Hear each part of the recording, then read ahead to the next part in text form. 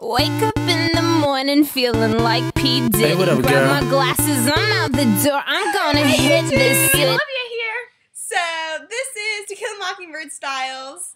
What's in my purse? That's what the video we're going to be doing today. So I'm going to show you guys all what's in my Daydreamer purse. Remember, and this is all To Kill a Mockingbird style. Yes. So, we're going to use the purse kind of like Scout and Jim pulled stuff out of the knothole in the tree on the Radley property. And then they kept it and they stored it in a trunk in Jim's room, right? To keep it safe. Right. I believe that's what happened. But first of all, we will kind of explain to you who Jim and Scout are, the two main characters, and their dad, Atticus.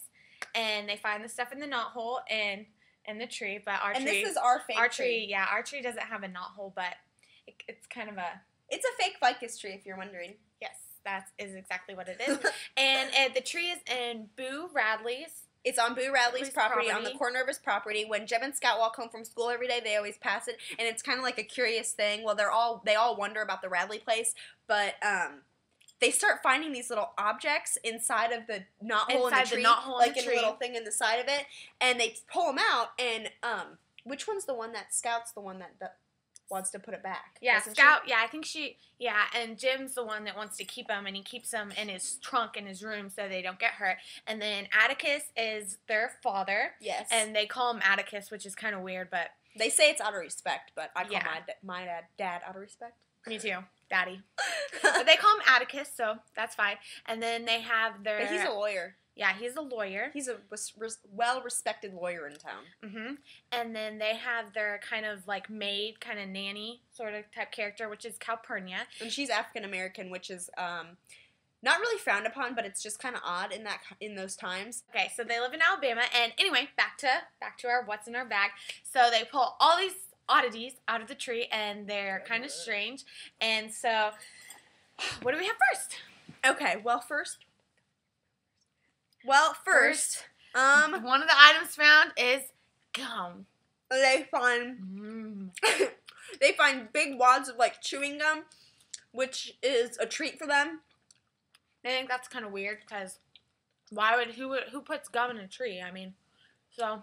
And Jem got really mad at Scout because she put it in her mouth. He's like, Scout, why would you do that? That's so full of germs. So that's kind of strange.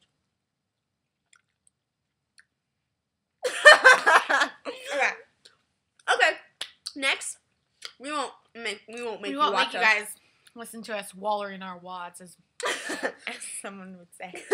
Anyway, so our next item that they found in the bag, they found, well, we're not really sure. These aren't like in order, but another item that they found in the knothole is yarn. So we have this. They found a ball of yarn. I found a ball of yarn, and this is going to symbolize what they found. The yarn, and we just have orange yarn here. They found that. Okay, that's our second item that they found. And then our third item would be they found a like a watch? A pocket watch. And they thought this was kind of strange because the pocket watch didn't work. And so here's our pocket watch. I'm not quite sure how to open it, but this pocket watch is from France. And their pocket watch didn't work, and neither does this one, so it's pretty. They found just a pocket watch, and that was kind of strange because it was pretty. And that was exciting because it was something big that somebody must have put in there. Yeah, put in there, and it just opens, and they found it, and they thought it was weird that it didn't work. So I guess they thought, because that's pretty valuable. So that would be the third thing that they found in the knothole in the tree. The next thing they found was mini me versions of soap carvings of themselves. They thought that was really strange. That was one of the really strange things. So here we have little Scout with her short hair and her little overalls. Because she wore plaid and overalls. But this clearly isn't a soap carving. But I mean, we didn't have any soap carvings. So these represent the soap carving. So this is Scout, and then we have Jim. But Jim's he's really a little leprechaun, but he's really not a leprechaun in real life, or in the book. In the book / movie, there's a movie too. I thought his hair looked good. Yeah, so Jim has brown hair, and he is older than Scout, so he's a little bit taller than Scout. So these were meant to represent little soap carvings. And they figured that that what Boo Radley made them. That Boo Radley must have carved them. Somebody must have carved them for him. Which, when they saw these, it was kind of like the validation of that somebody knew who they are and that they were actually putting them in their form. Yeah, so that was kind of strange. So that was the fourth thing that they found in there. And then another thing that they found were two pennies. Two very old pennies. Penny coins. They said they found 2 pennies, but these were really old. And I remember in the book they talked about how they had to have been really old. And he just puts these in his trunk in his bedroom. And they have all the items in his trunk in his bedroom. So was that the last item?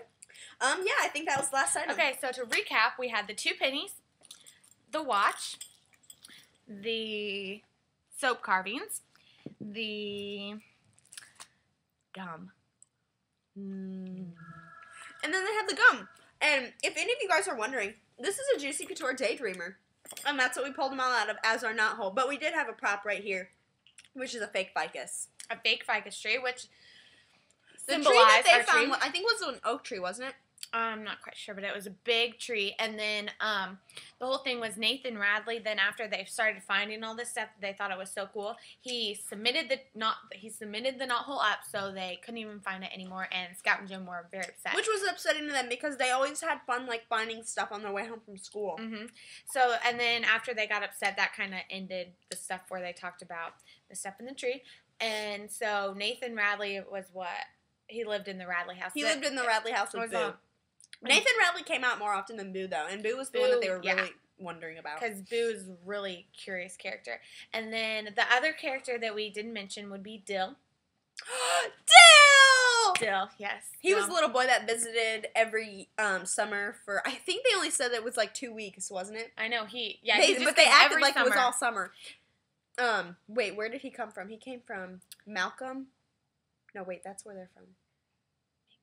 I'm not sure, but he didn't really have a family, and he stayed with his aunt. Yeah, his aunt, which was Atticus, Scout, and Jim's one of their neighbors. So they all lived in the same neighborhood in Macomb in Alabama, as we said before.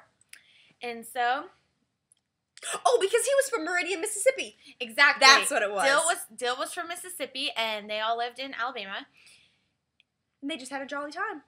Yep, and the story just kind of talks about their summers and Scout's life and how she's growing up, and it also highlights a trial that Atticus goes on, that he defends somebody. Tom Robinson, which is an African American man, and that's kind of really a big part of the story. That's a big deal. That's really a major role in the story. And then, if you guys are all wondering, I know you're all wondering, how did To Kill a Mockingbird get its name? To Kill a Mockingbird. Well, if you read the story, you'll find out. You will find out. Anyway, you have to read it and find out. But so those are the items that are in our bag, and I hope you guys enjoyed our What's in My Purse video. And so check out watching Mockingbird Styles. Mockingbird Styles for anything and everything that you need.